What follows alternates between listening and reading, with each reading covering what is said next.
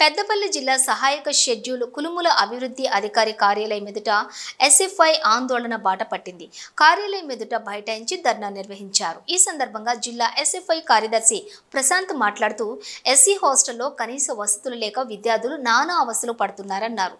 వర్షం పడితే వర్షపు నీరు హాస్టల్లోకి వచ్చి చెరువుల్లా మారుతుందని ఆవేదన వ్యక్తం చేశారు.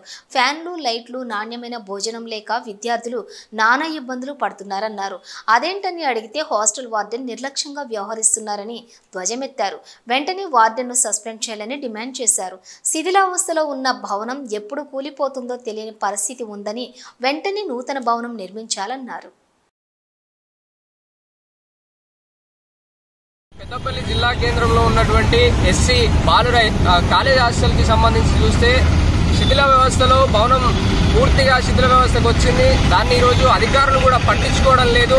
అది ఈరోజు ఈ వర్షాకాల సమయంలో అధిక వర్షపాతం కురిస్తే ఈరోజు కుప్పకూలిపోయే అవకాశాలు కూడా ఉన్నాయి. మరి దాన్ని అధికారుల నిర్లక్ష్య వైఖరి ఎంతవరకు ఉందనంటే ఈరోజు వచ్చి చూసేటువంటి అధికారి కూడా ఈరోజు పెద్దపల్లి జిల్లా కేంద్రంలో లేనటువంటి పరిస్థితి ఉన్నది. దీనిపైన ప్రభుత్వం కానీ ప్రజాప్రతినిధులు కానీ ఎవరు కూడా పట్టించుకోవడం లేదు. మరి ఎందుకు ఇంత నిర్లక్ష్య వైఖరి వ్యవహరిస్తా ఉన్నారని చెప్పి మేము ఎస్ఎఫ్ఐగా భారత విద్యార్థి ఫెడరేషన్ గా మేము డిమాండ్ చేస్తా ఉన్నాము. ఈరోజు అదే విధంగా మరి ఏదైతే భోజన సదుపాయానికి సంబంధించి చూస్తే మరి హాస్టల్ విద్యార్థులకు మరి మెనూ ప్రకారంగా పెట్టాలనే ఒక నిబంధన ఉంది. కానీ ఆ నిబంధనని మొత్తం తిరస్కరించి ఈరోజు వాళ్ళకు కడుపు నిండా భోజన సౌకర్యాన్ని కూడా పెట్టకపోవడం అనేది సిగ్గుచేటుగా మేము భావిస్తా ఉన్నాం. జిల్లా కేంద్రంలో అనేక ఉద్యమాలు చేసి ఎస్సీ ఎస్ఎంహెచ్ హాస్టల్ను సాధించుకోవడం జరిగింది. ఏదైతే అందులో సుమారు 100 మంది విద్యార్థులు చదువుకుంటున్నారు. వాళ్ళకు కనీస సౌకర్యాలు కూడా లేవు. అక్కడ బాత్రూమ్ కానీ లేకపోతే ఫ్యాన్లు కానీ లైట్లు కూడా కనీస సౌకర్యాలు కూడా లేవు. ఎన్నిసార్లు కూడా ప్రభుత్వ అధికారుల దృష్టికి తీసుకెళ్లినా కానీ పట్టించుకునే పరిస్థితి లేదు. వాళ్ళకి కనీసం కడుపు నిండా 3 పూటలు కడుపు నిండా తిండి పెట్టే పరిస్థితి కూడా లేదు.